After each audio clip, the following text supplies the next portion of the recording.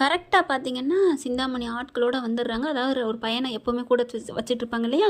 கரெக்டாக அந்த ஆள் வீடியோ எடுத்துகிட்டு இருக்கான். ரோகிணி வந்துடுது. ரோகிணியை அடித்து பறித்து திட்டிகிட்டு இருக்காங்க. "போடி என் கண்ணு முன்னாடி முழிக்காதடி" அப்படின்னு மனோஜ் அடிக்கிறதும் திட்டுறதும் அப்படியே பக்காவாக எடுக்க முத்து பார்க்குறாங்க. என்ன இது, ஏதோ நடக்குதே, சரியில்லையே, 2 பேரும் ஒன்றா வந்திருக்காங்க, சரியில்லையே அப்படிங்கல கரெக்டாக அந்த ஆள் வீடியோ எடுக்கிறத பார்த்துடுறாங்க.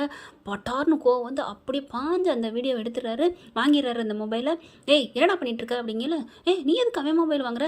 ஏன் வாங்குறேன்னா, என் வீட்டுக்குள்ள வந்து எங்கள் வீட்டில் நடக்கிறத எடுப்பான், நான் சும்மா இருப்பேனா" அப்படின்னு சொல்லிட்டு வாங்கிட்டு அதை பார்க்குறாங்க. அப்படியே எல்லாமே இருக்குது. "பார்த்தீங்களாம்மா, உங்கள் ஃப்ரெண்டு உங்கள் ஸ்டூடெண்ட்டை கூட்டி அந்த வீட்டுக்குள்ள வச்சு பேசிக்கிட்டு இருந்தீங்களே, அப்படியே உங்களுக்கு சாதகமாக பேசிச்சே, பாருங்க அப்பா பாருங்க" அப்படிங்கிற எல்லாமே இருக்குது. இதை கொண்டு போய் போலீஸில் கொடுத்து இது பண்ணுறதுக்கா, எங்களை உள்ளர தள்ளுறதுக்கா?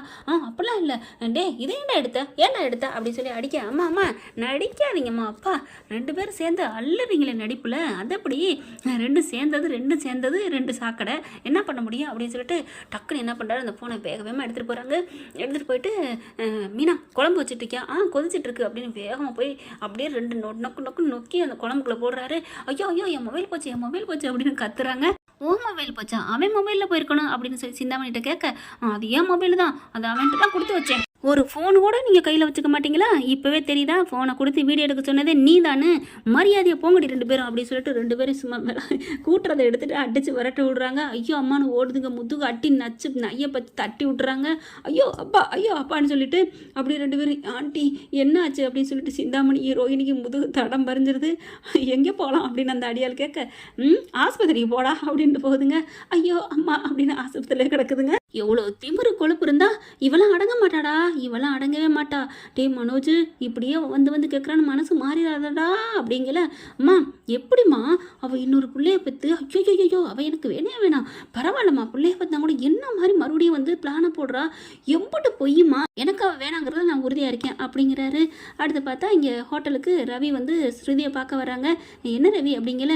"இல்லை அங்கே கொஞ்சம் வேலை இல்லை, அதான் உன்னை பார்த்துட்டு போனான்னு வந்தேன்." "என்ன ரவி" அப்படிங்கல. "அடே ஆமாம் உண்மையில தான்" அப்படின்னு சொல்லிட்டு இருக்கீங்களே.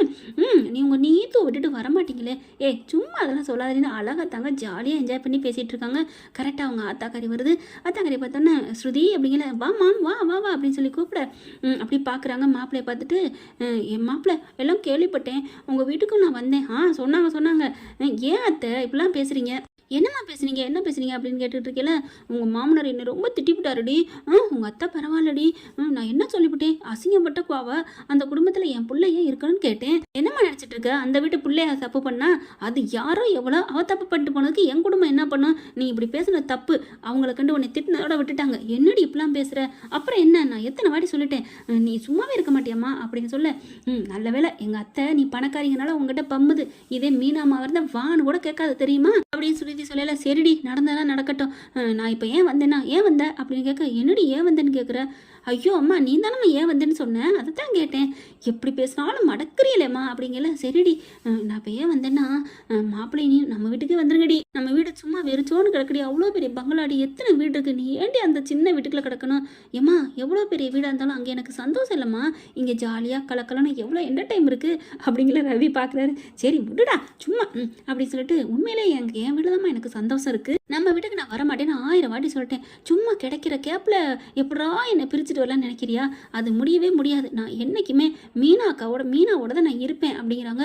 "அவள் உன்னை வசியம் பண்ணி வச்சிருக்காடி" அப்படிங்கல. "அவங்க நல்ல மனசு என்னை வசியம் தான் பண்ணி வச்சிருக்கு, இதில் என்ன இருக்குது" அப்படின்னு ஸ்ருதி சொல்ல, "அப்போ நீ வரமாட்டியா மாப்பிள்ளை, நம்ம வீட்டுக்கு வந்துருங்க மாப்பிள்ளை." "ஐயோ ஸ்ருதி சொன்னதான் உண்மை, நாங்கள் வரமாட்டோம்" அப்படிங்கிறாங்க. "ச்சே என்னடா அது இப்படி இருக்கல, மறுபடியும் மண்ணக்க வீடு தான் போகிறேனே" அப்படின்ட்டு போகுது. "என்ன ஸ்ருதி, உங்கள் அம்மா இப்படியாவது நம்மளை கூட்டி போக நினைக்கிறாங்க, சரி விடு, அது அவங்க ஆசைடா, அதுக்காக நம்ம என்ன பண்ண முடியும்." என்னடி அப்போ தான் அப்படி பேசுனேன், அது அந்த பாயிண்ட் ஆஃப் வியூவில் நமக்காக பேசுனேன், இப்போ எங்கள் அம்மாவோட இடத்துல வச்சு பொண்ணா நான் அவங்களுக்காக பேசுகிறேன், அப்போ வீட்டுக்கு போகலாங்கறியா? அது நடக்கவே நடக்காது, என்றைக்குமே நான் என் ரவி கூட அங்கே தான் இருப்பேன், அத்தை பேசுகிற கேட்காம எனக்கு தூக்கம் வராது தெரியுமா, நைட்லாம் அவங்க பேசுகிற கேட்டுட்டு சிரிச்சுக்கிட்டு ஜாலியாக இருப்பேன் தெரியுமா." "அடி பாவி, எங்கள் அம்மா மீனா நீ திட்டுறது உனக்கு ஜாலியா?" "ஆமாம்." என்னையும் தான் திட்டுவாங்க." நடிக்காத, உடனே இன்னைக்கு திட்டிருக்கிறாங்க" அப்படின்னு சொல்லிட்டு ஜாலியாக பேசிக்கிறாங்க. அடுத்து ரோகிணி சிந்தாமணி அடிபட்ட பாம்பா போயிருக்கிறாங்க. வேட்டையை ஆரம்பிக்க போகிறாங்க. என்ன நடக்குதுன்னு வருங்காலங்களை பார்க்கலாம் ஃப்ரெண்ட்ஸ். இப்படி போனால் நல்லா தானே இருக்கும். தேங்க்யூ. இந்த வீடியோ உங்களுக்கு பிடிச்சிருந்தா தயவு செய்து லைக் பண்ணுங்க. இன்னும் அப்டேட்ஸ்க்காக சேனலை சப்ஸ்கிரைப் பண்ண மறக்காதீங்க. நம்ம கிட்ட இருக்க எல்லா சேனல்ஸோட லேட்டஸ்ட் வீடியோ அப்டேட்ஸ்க்காக மேல ரைட் சைடுல காட்டுற லிங்கை கிளிக் பண்ணி வாட்ஸ்அப் குரூப்ல ஜாயின் பண்ணுங்க. உங்களிடம் விடைபெறுவது நான் உங்கள் மெஹர்.